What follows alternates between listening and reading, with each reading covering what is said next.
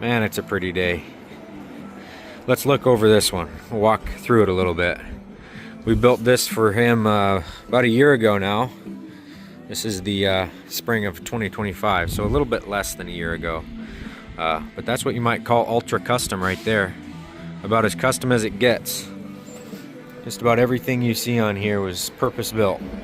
So yeah, let's look through it. That's a super photogenic camper right there. Anyway, so he came to us and had a list about, I'd say about 70 to 90 items long. So quite an extensive list of customizations. And that was distilled down, well, that's what made it to the build. That's not including all of the ones that were on the list.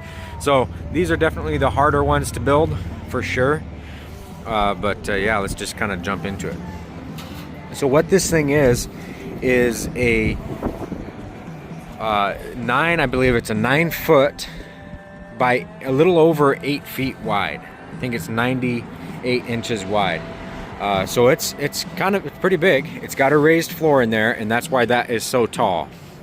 This guy I believe is 6'8". I mean, he's pretty tall. I might be wrong on that, but pretty tall. He wanted specific awnings. He wanted the manual crank style awnings, so that he didn't have to deal with the spring assemblies or any electrical on the awnings. And then same thing here. This is a box awning on the side, but it's also manual crank. So he dumped some money into this one to get specifically what he wanted. Then these kinds of things, you know, these are the ones he brought to us and we designed in from the beginning. Same thing with these. So then we got the generator box here. There's a lot of details in that. This step right here, we had this fabricated here. We designed it and then had the shop we work with quite a bit do the welding. But that's all aluminum, and then it's powder coated. There's a lot of stuff in here, so let's kind of unpack it. It has a little compartment here. That's just for miscellaneous stuff, possibly an extra propane tank. Over here, we've got dual propane, and those are 30s, so a good amount of capacity there. He wanted this style refrigerator, so that's what we did. Then right here, obviously a bar light, and then we got a 25,000 BTU furnace. He didn't want any windows. He wanted the privacy, and so we deleted the windows. All right, so on the other side, that awning comes out 8 foot. Got another little bar light here.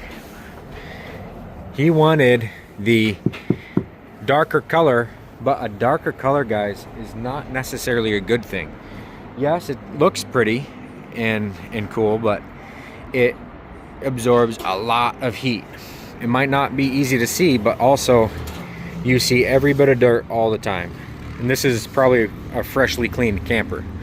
There's no way this wasn't recently cleaned, because they usually would look dirtier than that. So a darker colored camper does show just about everything, but then the heat of that darker color also translates into the sealants on the perimeters. It causes sealants to break down quicker, and they just have a shorter life. So darker colors I really don't recommend, but that sure looks nice. I will hand it, you know, I'll give it that. Looks nice. Now we went with a bonded method here, which is heavier, but this is Phylon. It is pretty durable. It's a lot more durable. I couldn't just beat on aluminum like that. But what that means is you run the risk of stress cracks. You run the risk of delam over the course of the years. So we really do not like to do this. And when we do it this way, oftentimes we waive our longer warranty, because it doesn't tend to hold up as long. But that said, it is good in its own way. It's better in its own way than aluminum, where aluminum has its pros that are better than Phylon. So all in all, the aluminum, in my opinion, is, on a smaller camper though, is a better way to do it. But on a big camper like this, where you have all that space, the aluminum, you see the oil canning. On a smaller camper like this, the fish hooks that we're building, that oil canning is not as bad, because you literally have like half the size wall. So there's pros and cons to every build method. Literally, there's no such thing as one size fits all. But right here, what we did with this one that was a little different is we came in here and flared this out above the wheel wells the full length of the camper. And what that allowed is it allowed to get a lot more walking room on the inside, and I'll show that to you here in a second. But then over here, electric jacks, docking bumpers. He's got his cord right there for plugging into the truck. These right here are for water. Let's look at the generator box. We went back and forth quite a bit on the generator box, I'm not gonna lie. This one was quite a challenge. It originally started with a smaller Honda 2000. He went ahead and upgraded to the 3200, and that's because he needed to be able to run his microwave in there on this, plus some other components. So we dealt with the cabin, the box in here overheating, so we got some air in there for him, got a fan in there to move that air. He can flick this fan on from inside. It's just a 12-volt fan, and he can run that whenever he has the generator fired up. And then the exhaust has got a quick disconnect, challenging to do there. And then here, he didn't want his wife to have to drag this sucker out every single time, because unlike him, she's not a giant person. So this is a little bit of a bear to muscle out every time you need to fill it with fuel. So we put this up in the top. You just unthread this and you can fill your fuel tank there from the top with a long funnel. But then he's got his basic stuff. This is where you plug in for shore power, and then you got another one of those down on the bottom. You can just unthread this whenever you want to run power over to the house. The downside to generator compartments is they have to be vented. You have to do that, and so they just get dirty with road grime, road dust. Not so fantastic. Then we fabricated these for him because that's where he puts his boots. Flips his boots upside down, slips them in there. That way they dry out overnight, and even though you don't have an awning deployed, they're not going to get soaked. And we put one here, then another one up there. This one's a little bit more difficult to get the boots in and stuff like that. But yeah, cool stuff. This step, he wanted to be able to have the step, depending on how he's got his campsites laid out, to come up this way, or this way. And then he also wants to be able to remove that step depending on the boat trailer, on whichever trailer he's running. And so we made it to where it's on removable pins, so this whole thing can come out. Then right here, I believe this is probably going to be another little storage compartment. Yeah, that's all that is. That's just storage. And then this right here is built into the camper. That way it doesn't stick all the way out up the back, and that saves a little bit. But yeah, that was a challenge. Maintaining your structural integrity of the entire camper while also deleting that much of the back of it. That was fun. Talk about a design challenge. Anyway, let's run up. We'll go inside here in a second and look at everything this has, but let's run upstairs or up top.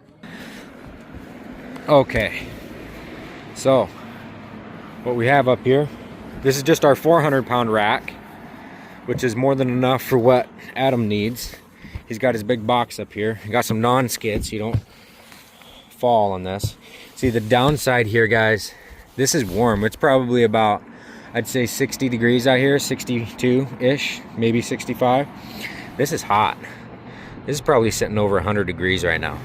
And that's what black does, you know, or even the light gray, or the dark gray. It absorbs so much heat that it just, it cooks stuff, you know. It keeps it cooked. So I'm not a fan of darker colors at all, simply from a longevity standpoint. But we got 2 solar panels up here for him. He did want an escape hatch. Escape hatches, very hard to get in black and to paint successfully. So that's white, but this right here is a common one. We like Sikaflex. Sikaflex does not come, the Sika 715 does not come in black, only white. And it is such a superior sealant that you take the hit on the aesthetics side and you go with a white sealant. it's just way better. But yeah, this is the roof. Again, that's our 400-pound rack, and we did some extra things here to stop these from turning. Usually these things just rotate, but here we have the brackets on the side, and that's just bolted through to stop the pipe from rolling. And then we got the eye bolts on there so that you can tie down all kinds of random stuff without roof penetrations. You can see that there. So, and then same thing there. All right, let's run down there and check out inside. This particular camera, that is for to work with his tailgate software, or with his tailgate camera, plugs into his truck, and then it works with the truck software. Yeah, look at this. I believe he just cleaned this thing, and it's just dirty. Not a super fan of that color. Anyway, got the floodlight there. This was not us. This is him. Little rustic value there. This right here is a long drawer underneath there, I believe. Either it's a long drawer. Yeah, it's a long drawer. Let's jump in there. You build a lot of these things and you forget all the little tiny details of each one of them. Yep.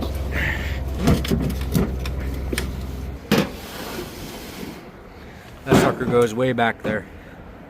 All the way. You can see it's about 8 foot long. Goes all the way up there, and then you can access it from that little floor access. So yeah, just aluminum, 063 aluminum, reinforced with plywood on the back side. Very simple. I love static drawers because they just work good. Usually they outlast drawers that are on glides. So yeah, simple stuff. So coming in here, you can see that thing opens up right into the bottom, and then same thing here, just storage underneath there. I don't even get into a bunch of stuff and just rifle, but yeah. Then this table right here, he wanted this layout. This is what he liked. They've got 4 people, I believe, when they go, and so they wanted this particular layout. Now, this is the benefit to going wider there. Yes, you gain a lot of weight in the build, but the benefit is you get out further with the floor, because usually it would stop in here, and so you get to go further out. You get a little bit more of that floor space, and then that goes up over the wheel well.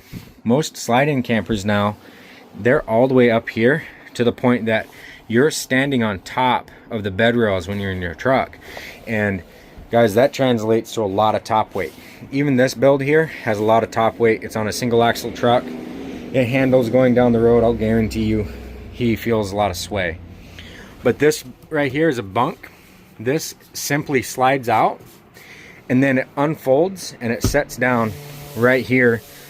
I should probably put the pictures of this camper on the website so everybody can see. A lot of the time, the ultra custom builds like this, we don't let necessarily get to the website because they're a challenge to build, and they usually come with a decent price tag. I think he's probably at about 88 grand in this camper right now. But yeah, so I don't usually put them up there, but I suppose I could. They're just quite challenging to build. But we build them, obviously. You see it sitting here. So anyway, this camper does not have a water system in it. And guys, I'm just kind of shooting this video, so it's a lot more informal than some of my videos. But usually when you have a water system in these campers, they go into this floor. But the benefit is he gained space there, and he gained that nice long drawer. And deleting the water system, now you don't have to have the tanks in that floor. His water system is simple. It is just these 2 jugs that he brought to us, and we put our spin fittings in them, and then we put a nice little valve here, just like so, right? Just like this. You just shut the valve off when you're ready to pull it out. It's got a nice cinch strap on that. You can see this kind of stuff. This is aluminum wrapped wood. It's super strong. Looks clean. That right there is the cold air return for the furnace. And then you can see the drain just simply goes out the wall. And then he has got this Dometic battery operated faucet. And that just draws up out of those, goes into your sink, and you're done. Nice little cutting board. So it's incredibly simple. And again, I can't tell you how many times folks come to us who have had so many different types of campers and they genuinely cannot stand the water system and don't see the value in it. And this is another one of those builds where we deleted it out and we took all the money and we spent it in the areas and in the features that he really wanted. He put all of this stuff in, but we do kind of offer this kind of stuff as you know, starter package after the fact stuff.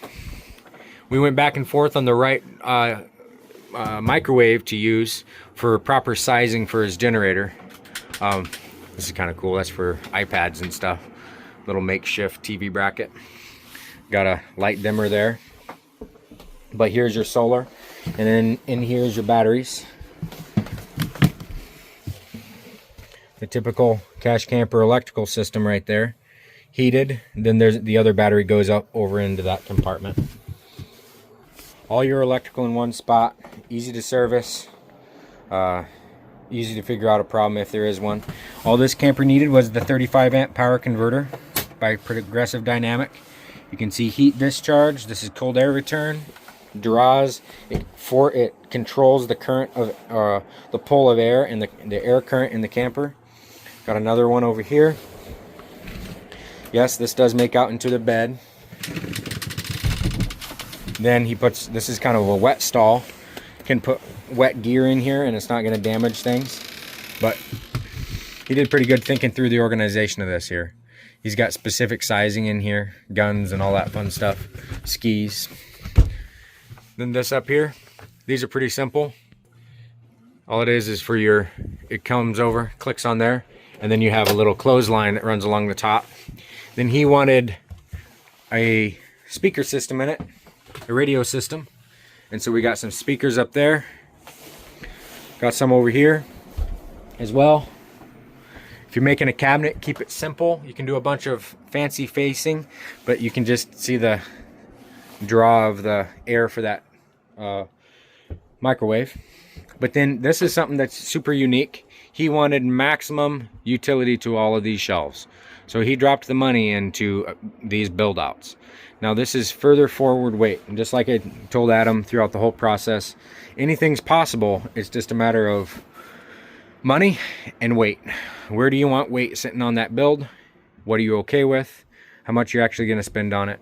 And then it's always up to you on your trade-off, right? What trade-offs are you going to make? And then this is just his privacy. This is an actual, it just comes straight down to here. It's just a blind for a privacy curtain up top there. But overall, guys, this is a super simple build. He's got this. I think we added this for him after the fact. Any custom build, there's going to be little quirks and things that need to be worked on. Little things that really should be, these are all drawers. Nice big drawers. These are all the same size. They come out. But every custom build has those elements to it that there's just a lot to pay attention to. And then once you get out and use it, you're going to tweak a few things here and there, and you're going to find out what you like and you don't like. And this camper was no different. Got some storage in there, nice mirror. Like this right here. This was missed on original specs, and so we needed to put that compartment in for him. Just all kinds of stuff. You know, when you have a list of 80, 90 things long, something's going to get missed. That's a 5 cubic foot refrigerator, and that's a Dometic. And you know, guys, these are good refrigerators. A lot of people talk propane versus 12 volt. These are super efficient. They're incredibly efficient. They sip 12 volt, and then they run they sip propane as well. So you know, you have cloud coverage, or you can't run the generator or something to keep your battery bay up and running. A refrigerator that big, my personal opinion, it's better to be going with propane. But then depending on the trip that you're doing, if you're bouncing around off the road, maybe it's not so good. But that's why we still use these frequently, but we use 12 volt frequently as well. Anyway, so lots of stuff to cover. There's a lot more details here. This thing we started like this. This is common custom build stuff, right? I'm all about being transparent and open. Started with a lagoon table bracket. A table this big is not so good for a lagoon system. It's not so sturdy, even though the flexibility of being able to move the table wherever is super nice. But you know, it had to go with the traditional, tried and true, super solid table system. You know, just a single kick out leg with the wall mount over there. No, you can't move it back and forth, but at least it's solid and you're not going to spill your food in the ground, right? So, man, what else can we go over on this? It's just a simple yet super complicated build. It was quite complicated getting here, but its final function is simple and effective. So, yeah, figured this one was a nice one to go and walk through. Not bad. Not bad. Just feels super nice in here. Super clean. Just nice in here. I'd have gone with a lighter exterior color though. Anyway, awesome stuff. Same thing here. You got to pull your cold air return through certain spots in your cabinet. There's certain specs that you guys should be building with if you're going to go out and do your own builds. There's certain things that you really should be considering and paying attention to. But yeah, not bad. Nice camper overall. Little stuff like this, you know, climbing up there. That step is real nice to have. That way you're not stepping on these, putting all the weight on the door. And then this is for that camera right here. That's the backup camera up there, working with his truck software. But yeah, I'm sure that we could think through several other things. There was a lot of back and forth dialing in on this camper, and then even after he was using it there for a little bit, he wanted it dialed in and everything. It's in for a sealant check right now. We do that once a year. We like to check the sealants and make sure everything's still going good. That way we can keep the warranty valid. But yeah, that's it. Even like, look, see these types of things? Putting all of these on all the corners so that you have maximum utility to everything. Anyway, all right. We could keep going. But guys, that one is what you would consider an ultra custom build. All right, cheers. Catch you on the next one.